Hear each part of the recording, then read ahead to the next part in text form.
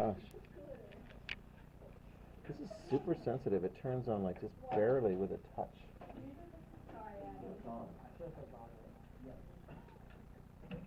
Okay, good afternoon, ladies and gentlemen. Please, I'll try this thing. Yep. Go ahead, open up to your notes. We're going to continue with the scientific revolution. And then we're going to get into exploration.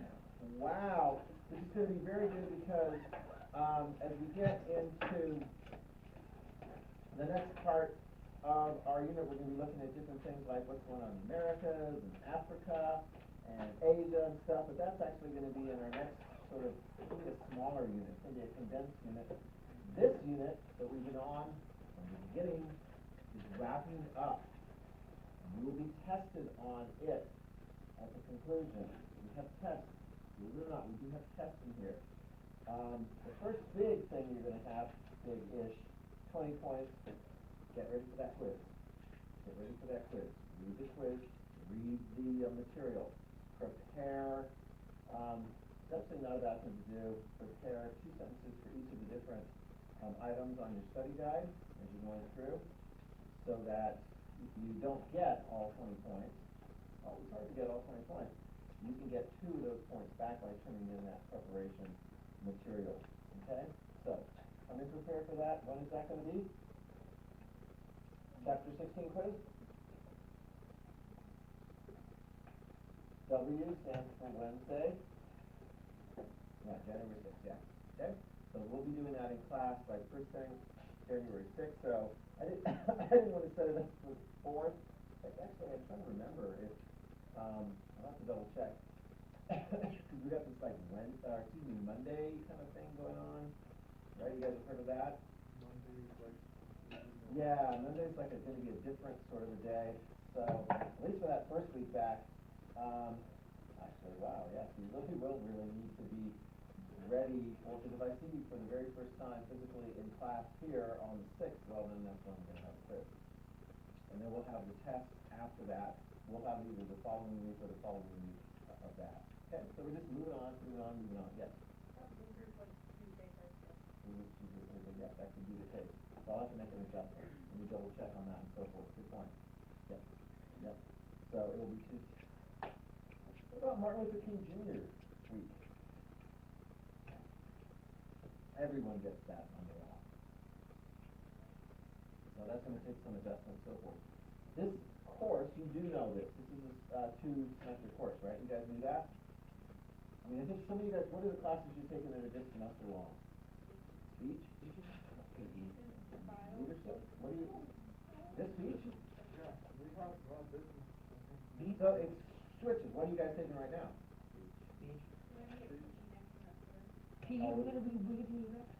So, is that the one that it switches with? Yeah. Okay, so business is all year long. Right? That's what I thought. Yeah, so anyway, so get out there and run around for the PE thing. So the other class, are all of you guys in speech right now? Yeah. Okay. Yes? Well, the other classes in PE. Are all of you Yeah. physically present that I'm having a conversation with in speech? Okay. You giving good speeches? Not Well, anyway, I'm not there, so I can't decide something.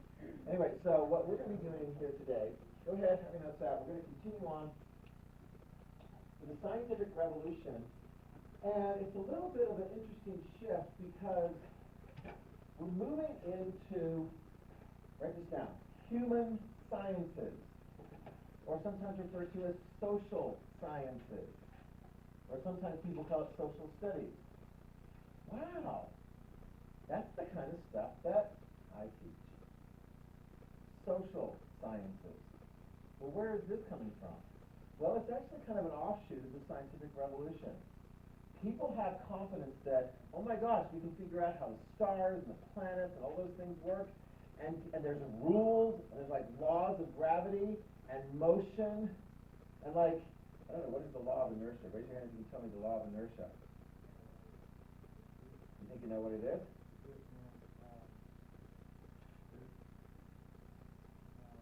He's sitting there silently until he gets called on.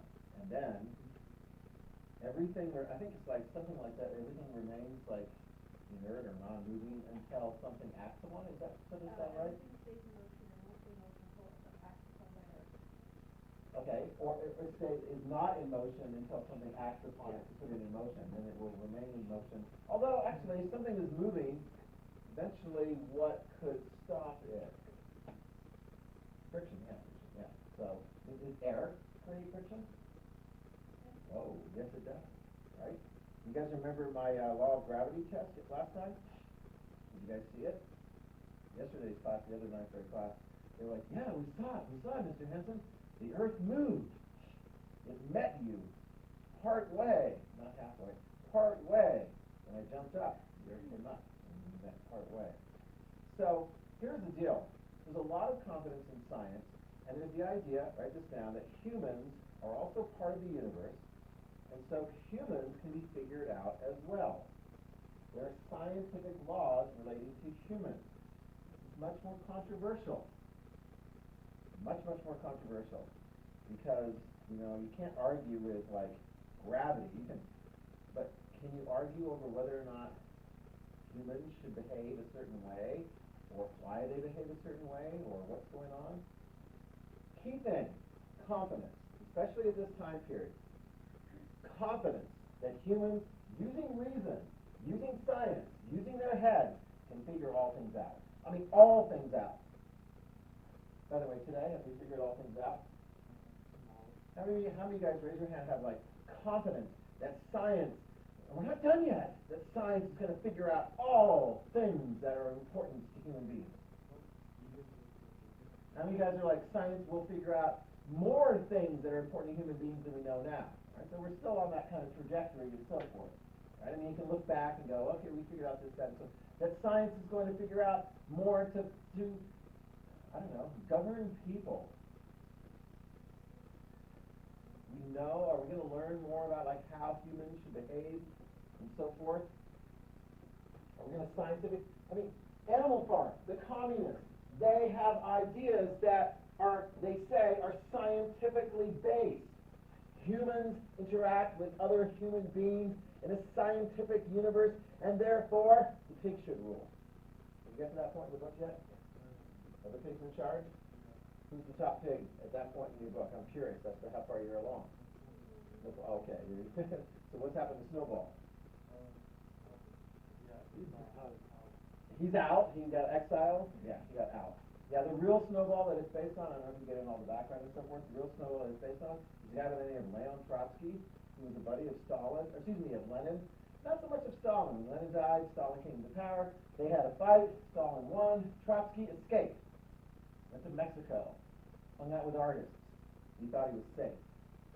And then one day, one of Stalin's henchmen, Napoleon, in the Animal Farm, got up to him, killed him in the back of the head, stabbed him with an ice pick.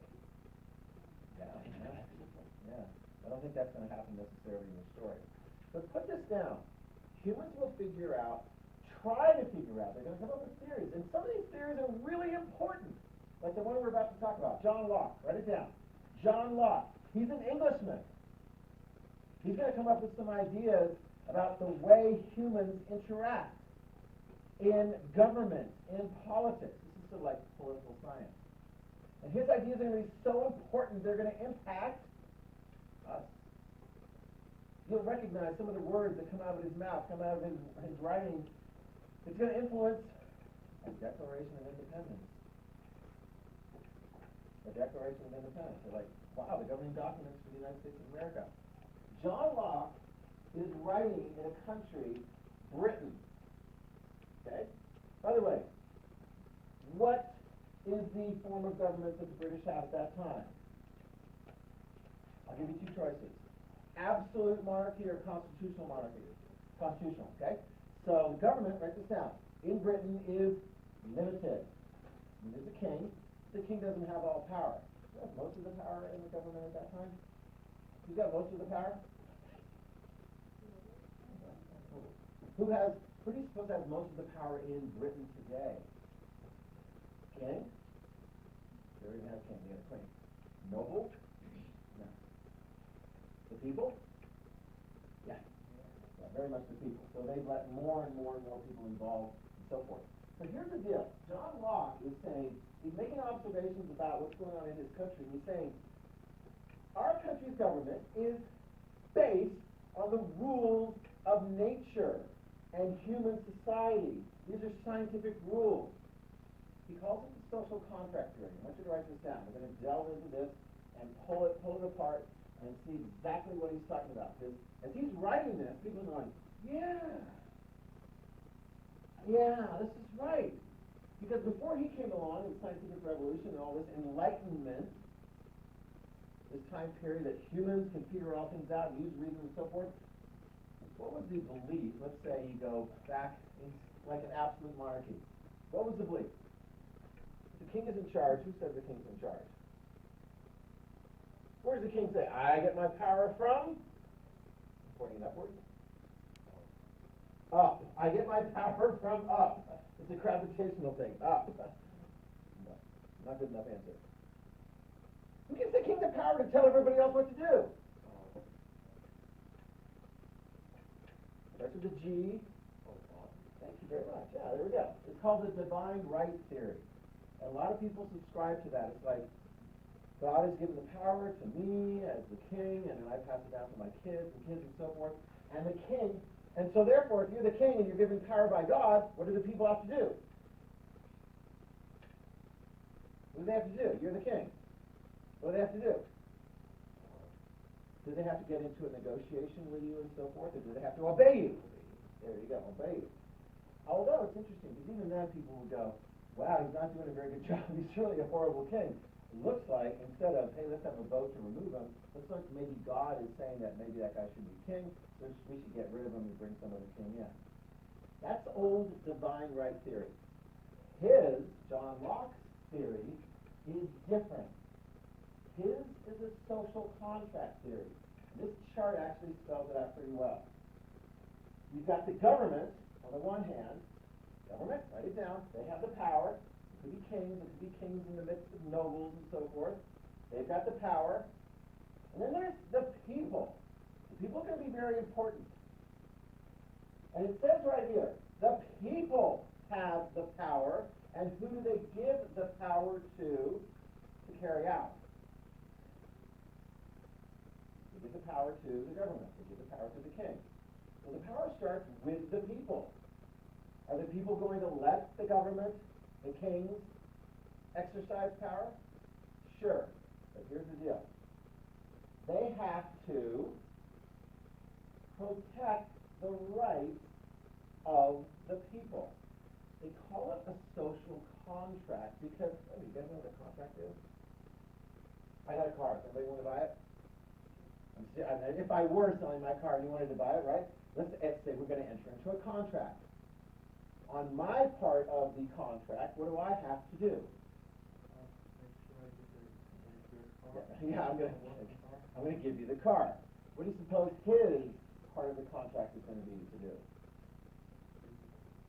Yeah, I would like some money put in this car. So if I don't give him the car, does he have to take care of his end of the contract? No. If he doesn't give me the money, do I have to take care of my end of the contract and give him the car? No, that's what it is. The contract. Two different groups have things that they have to do. The two different groups here is the people and the government. What do the people have to do? The people have to obey. But what does the government have to do? It has to protect your rights. Now this is something interesting. It has to protect rights. What are you talking about rights? When we have this like, you're the God-given king to all people and so forth, you're like, you don't have any rights. You have the right to shut up and do as I tell you. I'm your king. I was put here by God. You have rights? And the government's got to take care of your rights and protect your rights. What do you suppose those rights are? Does anybody have any idea? What do you suppose John Locke said? I'll give you the first one. I might even give you the second one if you don't guess it. Somebody should be able to guess the third one. John Locke said that the government has to protect your right to, here's the first one, life. Life, that's an easy one to explain. You have a right to life? You like living? Can the government just come along and like kill you for no good reason? That would be a violation. John Locke would say that would be a violation of the government's responsibility, not to just kill you for no good reason. Anybody know what the second one is? Life, and. Nobody knows what the second one is? Here it is. Oh, he does. Liberty. Brilliant! Write that down. Liberty. I love this. Liberty. What's liberty? You're free to tell me anytime. I don't know. Liberty. Am I gonna? What about if I keep you in the classroom until you tell me? Would that be restraint on your liberty? Yep. What if I could get thrown in jail? Is that a restraint on your liberty? Yep, that is. So liberty is like that freedom to kind of come and go and make choices in your life. You like having your right to life? Your liberty? Those are given to you. And depending on who you talk to, some of them are going to say, this is given to you by God. Others are going to be like a little bit more like, this is given to you by nature. This is just the way things are in nature. You know, so Thomas Jefferson, what do you suppose? Where's he going to like line up with? God or nature? I think a little bit more on the nature thing. Remember, he's kind of a deist. But others are going to go, that's given to us by God. All right, have you figured out the third one? The right to life, liberty, and close. Not bad. I'm not going to say, well, that's not what Locke said. I like that though. Justice, you know, equality and fairness. I like that. But don't put that one down. Okay, what's another?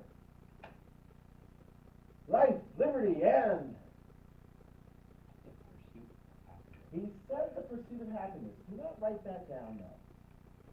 This is the most common thing that most Americans are familiar with, because that actually comes from the Declaration of Independence. That was what Thomas Jefferson wrote, and the Second Continental Congress adopted as part of our Declaration of Independence. And we said, Britain, cut it out. You're violating our rights. We have the right to replace you, to overthrow you, and set up our own independent government. Those were Jefferson's words. Pursuit of happiness. Nice broad thing. Pursuit of happiness. I want the opportunity to like be happy in my life. John Locke's were a little bit more narrow. Write it down. Property, he said. The right to property. And maybe property, stuff, land, items can bring happiness. That's why I think, Jefferson kind of expanded it. So his definition of like pursuit of happiness could include, I want to pursue those video games because I want that to be my property, and that's what I'm going to do over the break. Okay? So, that was John Locke. He came up with these ideas, and he said, this isn't just something I made up. This is the way things are in the universe. Science. It's human science. It's political science. You got that? Question? Does that make sense? You like that? You want the government to just take away your life for no other reason? Your property for no other reason? Your freedom for no other reason? What would be a good reason to take away somebody's life? For killing somebody? Taking away their liberty. What would be a good reason for the government just taking away your liberty? Throwing you in jail. Like if you broke the law or something like really serious. Is it okay that we put people in prison for breaking the law? Really serious stuff? Yeah, but but what if the king's just like, I don't like you. I don't like the way you look. No, that's like arbitrary. That's not justice. That's terrible. It's awful. All right? Now we get to, I'm going to go ahead and introduce the name of this guy first. All right? This is going to be a big one. And we're going to be spending a little bit more time talking about this guy. If you haven't already, next year when you take economics class. Okay?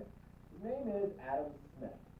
And he wrote a book called The Wealth of Nations, and he wrote it in 1776. So this is a little bit toward the tail end of this. Adam Smith, ready? He is all into this human science called economics. He's like one of the first major economists. And he loves capitalism, and he loves free trade. I'm going to say a few things about Adam Smith. He doesn't like, back it up here, mercantilism. Oh gosh, we have another word I gotta write down. Mercantilism. What the heck is mercantilism? Well, I'll tell you what mercantilism is. And this is going to make sense when we talk about, as we move forward, we talk about all these growing, bigger, like empires, like Britain and France and Spain and Portugal and the Netherlands. They're going to take over different parts of the world, and they'll be like, that's my part of the world. What do you call like a part of the world that you take over? You say colony? Yep. I think I don't know. Well, go ahead, write that down. A colony. I don't know. Can anyone think? Is Britain going to set up colonies in North America? How many? 17? 13. That's an odd number. How would you know 13? Like 13? How many guys think that Britain set up 13 colonies in North America? Wow, that's a lot of hands. Why are you so confident in that? So they were all happy, 13 colonies going, yay, we're part of Britain. I mean, are they going to ultimately go, you stink, Britain, and you're violating our rights, and we're going to overthrow you? What do we call those 13 colonies when they take a hike and they rebel against Britain? United States of America. Yes, which is why we have 13 stripes on our flag permanently as reminders that we were originally 13 colonies. We were part of the British mercantilist system. Ready? Here's how it works. And Adam Smith is not going to like it. So you can make a note of this. Adam Smith says this is not a very good idea. But the British Empire, the French and so forth, they're going to go, hey, we're the country, we've got colonies, and they're mine. They're all mine. I'm not going to share my colonies. Part of mercantilism is not sharing your colonies. What do you mean not sharing your colonies? What about your colonies you're not sharing? Trade. That's the big thing. It's all about trade. If Britain over here, Britain should be over there because they're across the line. Anyway, Britain over here has got 13 colonies in North America. It is going to trade with those colonies, and notice this. The colonies cannot trade with other countries. I mean, that's basically what it boils down to. The colonies may not trade with other countries. Spain, or France, or the Netherlands. The British might allow them to trade with each other, but, but they're not going to be able to trade. And so Britain will take, like, raw materials from the Americas, like, I don't know, cotton from the South, and they'll take it back to Britain, and they'll manufacture, like, them into clothes and textiles, and then sell it back. So when we talk about trade, it's both ways. Can the English colonies trade with France? Can they sell stuff to France? Britain says, no. Can the English colonies buy stuff from France? No. Because those are our colonies. It's kind of like this. Picture this. Write this down. Imagine trade as like a pie or a birthday cake or something else yummy but limited. It's only so big. The idea is that this trade thing is only so big. The mother country, empire, Britain or France, whatever you're talking about, says, I don't want to share any of that cake, any of that pie with anybody else. Because that thing is only so big. That's the idea behind mercantilism. It's not going to get any bigger. Right? You're like, I can understand that. I mean, there's somebody who says, hey, I want to have like half of your cake.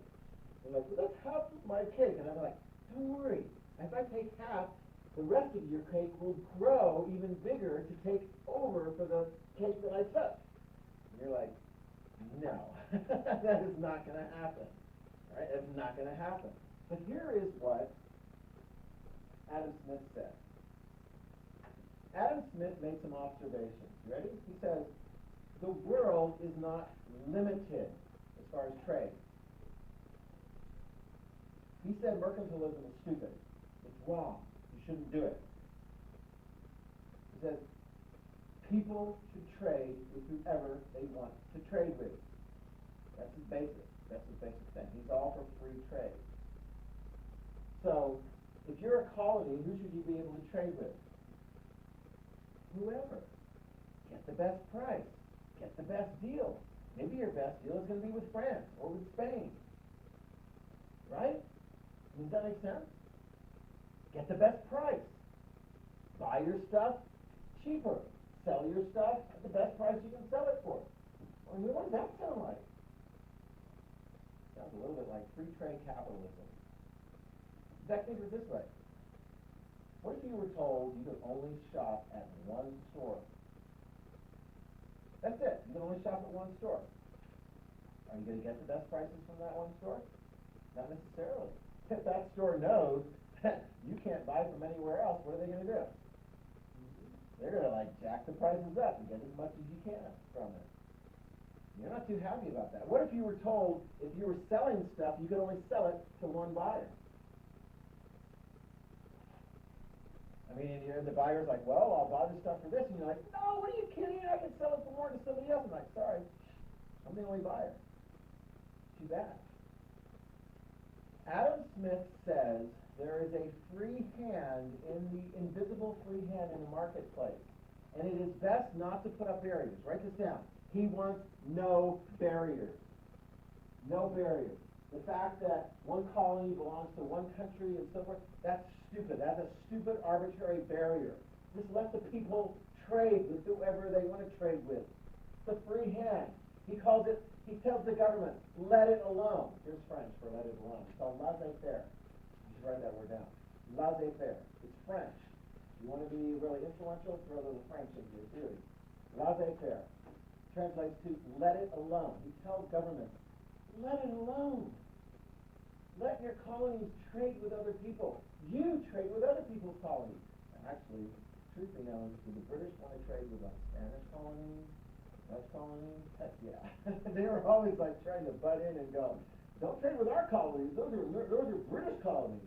But they were always trying to sneak around and trade with other countries' colonies. Very sneaky. Because they wanted to get the best prices and sell more stuff and so forth and so on. Laissez-faire. Leave it alone.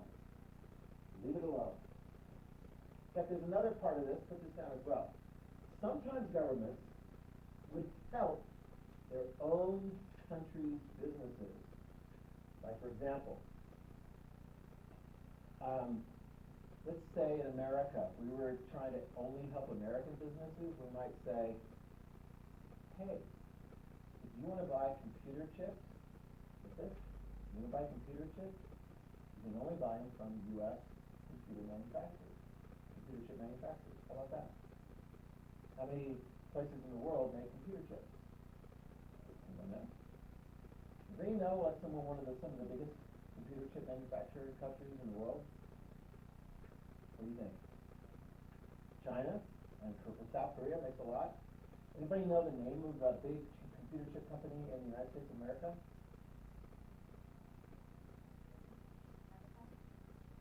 Microsoft does all kinds of various different things as far as like the chips and so forth. You guys ever heard of Micron? You ever heard of Micron? Where's Micron got its headquarters? Yeah, Idaho. Yeah, it's like they're a big deal. And in fact, it was interesting because Micron would be like, hey, United States, help us out here. How about you help us and give us some like protection? It's called protectionism. You can write that down. Protectionism. Give us some protection against all this competition from other parts of the world. And Adam Smith might go, I don't know, you shouldn't protect. You shouldn't protect those American companies. Just let the free trade. Who cares what the borders are? But you know what Micron said? You got to help us because you know what's happening over in South Korea? You know what the South Korean government is doing with the South Korean chip manufacturing companies? They're helping them. So it's like, sometimes, Adam Smith says, let everything go this way, that, and so forth. The reality is, you can write this down, today, the reality is countries do help out some of their own.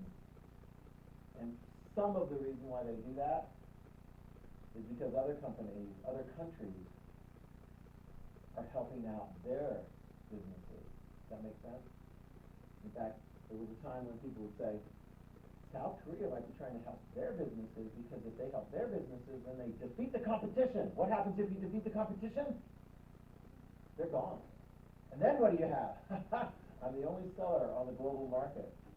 And what can you do if you have a monopoly? You're the only seller on the global market for something? What can you do to your prices? Jack them up. You're the only business in town. Anyway, so it's very, very interesting. This is just a little bit of a glimpse into like this economic thinking and humans and interaction and all this kinds of stuff and the involvement of people. My main point to you is They're starting to come up with this at this time. Enlightened thinking. Humans can figure this out. Reason can figure this out. And there's laws of the marketplace and so forth. Some people say, yeah, let it all alone. Let the government, let's keep the government out of there. Although other people say, that's not so good. Laissez-faire capitalism, the triumph of market forces over morality. I want to pay the cheapest price for something that I buy. How many of you guys would prefer to pay the cheapest price for something? Right? So like, let's say your clothes. Would you pay twice as much for your clothes? Or your like entertainment, video games, things like that. Would you pay twice as much? Would you prefer paying less? Well, how much do the people involved in making it get? You know where some of those things are made? What's the average wage for somebody making, like, I don't know, your shoes, or your shirt, or your jacket? Do you have any idea? Depends on it, yeah. I mean, how many clothes are made in the United States of America? Not as much as you might think. You check the tag on a lot of the things that you have. We do have a lot being made in the United States, but we also import a lot of things from other parts of the world. So if you went to a clothes section in the store, look at the best prices and so forth, you go, wow, that's made in, I don't know, Bangladesh or something. So it's an interesting thing. Some of the people are like, no, one of the things we need to do to make sure in capitalism is that, I don't know, we have safe workplaces, or we have, decent wages so that the workers can, pay for their families' food and things like that. It's an ongoing issue. We're just touching the surface of this. Ongoing issue. Because are there places in the world where workers are exploited?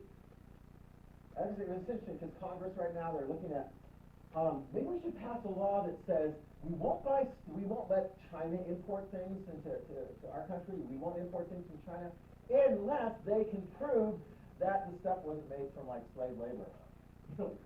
What? How many of you guys have something possessed right now that was made in part by slave labor? Are you sure? What was made by slave labor? You don't know, right? I mean, is there slave labor in China? Ask China.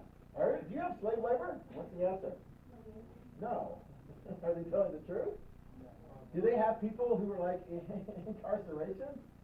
Yeah, we got satellites flying above going, oh my gosh, they built a lot of camps. They're people. Guess what they're doing in some of those camps? And some of them are working on various different things. I know. How do you know? Do Apple products, do Nike products have slave labor in them? I hope not. Ooh, are you judging her as to her products and so forth? I don't know.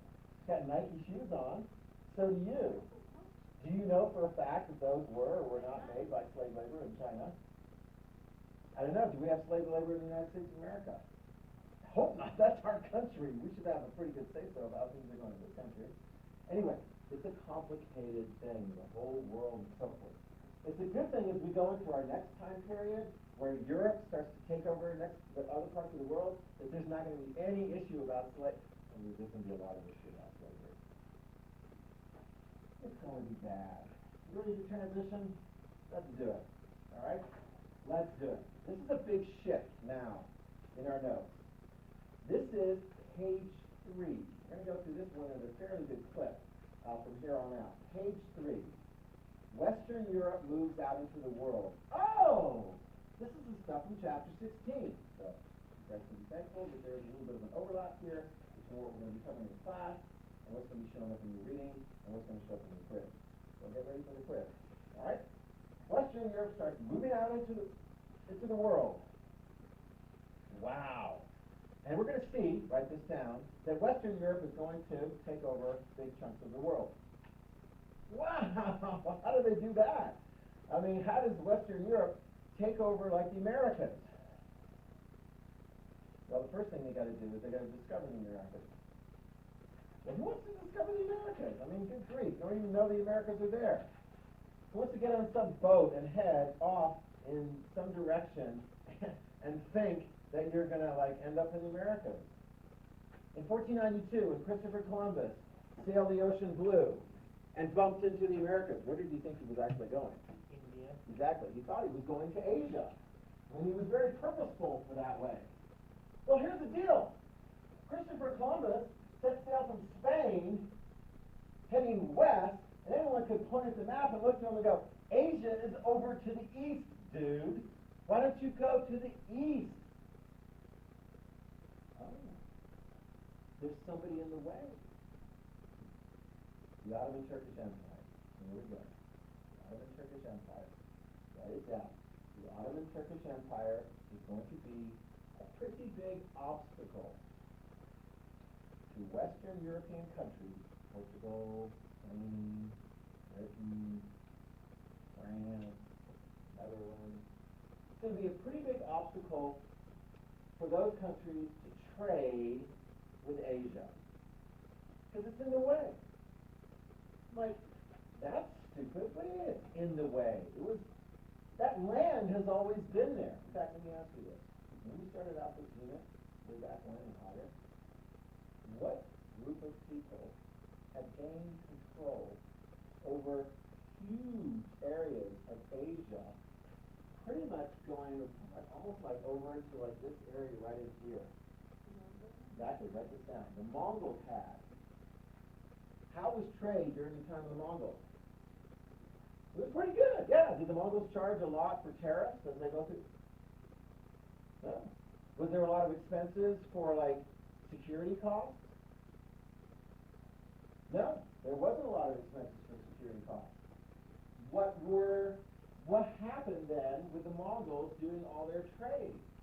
Were people able to do a lot of trade during that time period? Yeah, so this is like during the Renaissance time period. What was that area in Europe that made a lot of money in trade? Isn't it? Yeah, remember the Italian Renaissance days? Venice and Rome and Florence, they were making a lot of money, putting it into art and so forth, and that's where we got to. So let's just tell you this way. When the Ottoman Empire grows, write this down. The Ottoman Empire grows, the Mongols recede. New countries will pop up. Increased costs for trade. Increased tariffs. Oh, and by the way, the Ottoman Empire, this Turkish Empire, which grows from being fairly small in 1300, by the time you get to what is it, 1683, it's got a big chunk of Southeast Europe. Write that down. It's got much of the Arab world, and it's got a fair amount of North Africa. They're a big deal. Are they very helpful for the Italian Renaissance traders, or do they kind of like put the kibosh on it? Exactly, they put more of the kibosh on it. So if you're sitting over there in Spain, and you're thinking, I want to buy some Chinese stuff, some Indian stuff, you can get it.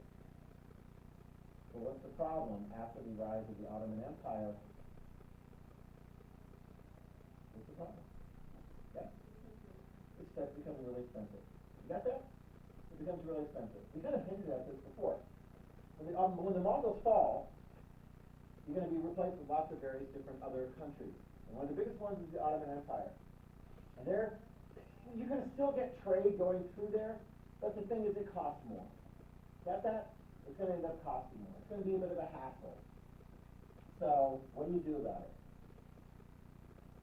Well, the poor Italian states are going to become less wealthy. So if you go to Firenze, if you go to Florence, and you're looking at like, hey, when was the last time somebody built like a really big, huge building? Yeah, that would be like the Italian Renaissance. Oh, that was their heyday? That was their best day? Yeah, that was. Well, what happened? Then they got kind of like ignored. Florence and Rome are going to end up like, what do they call that? Like Radiator Springs? You guys remember Radiator Springs? And the big highway went by and the movie Cars. And poor old Radiator Springs, they didn't get any more business anymore. Except at the end of the movie, they did something and so forth. But the real Radiator Springs, Italy, Renaissance Italy, is not going to be rehabilitated. Somebody else is going to make money. Somebody else is going to find new trade routes to Asia. Portugal. There we go. Portugal. Portugal is going to be the first one out of the gates establishing trade connections, new trade connections to Asia. And How are they going to do it? They're actually going to do it bits and pieces. I mean, Portugal's way the heck over here. They're like on the edge of Europe. And yet that actually does help them. Because if you're Portugal and you want to, like, I don't know, get out and get involved and expand, I mean, you can try and like expand. Spain's not going to let you expand on land. So Portugal, put this down. Portugal starts putting a lot of money into sea exploration. The government will help captains, sea explorers, buy their ships, hire their crews, because they're going to go out and see what they can find. And you're like, well, Henry the Navigator, is he like an important person? Yeah, sometimes we refer to as Prince Henry the Navigator. Make sure you write his name down. Prince Henry the Navigator. Who is he? Well, he's the prince. His dad's the king. Okay, his dad's the king, and what does the prince do?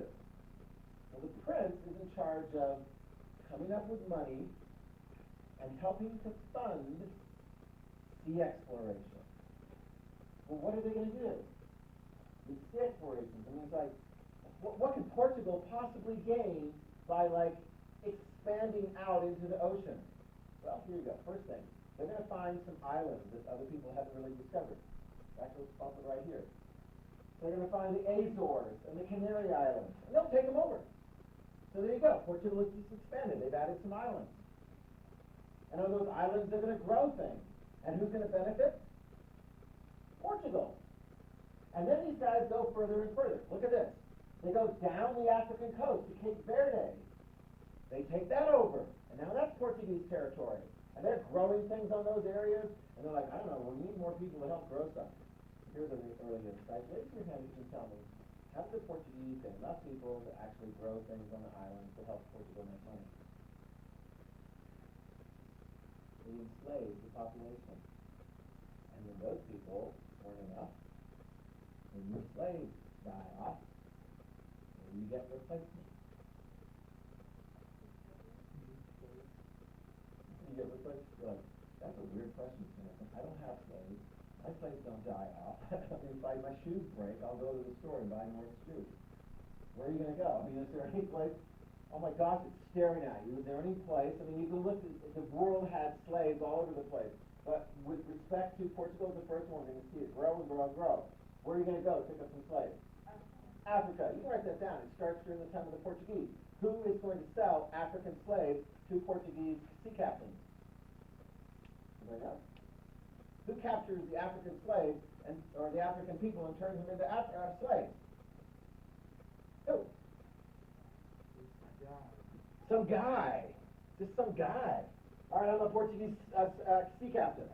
I need some slaves. I pull into the coast of Africa because, write this down, the Portuguese sea captains are going to get to know more and more and more as they head down the southern coast, or excuse me, the western coast of Africa. I just pulled into port. Hey, you got any slaves? Because I got money. Yeah. All right, I got some money. In fact, maybe I got some guns and other kinds of things that would be, guns, those would be pretty helpful. Where are you going to get? I'll be back in 2 weeks. I want some slaves. Now, I come back 2 weeks later. You got some slaves for me? Yeah. Where'd you get them? Well, I kind of like captured them, guns and stuff. Yeah, where'd you capture them from? Neighboring villages? Did you seriously capture your neighboring villages, people, and turn them into slaves?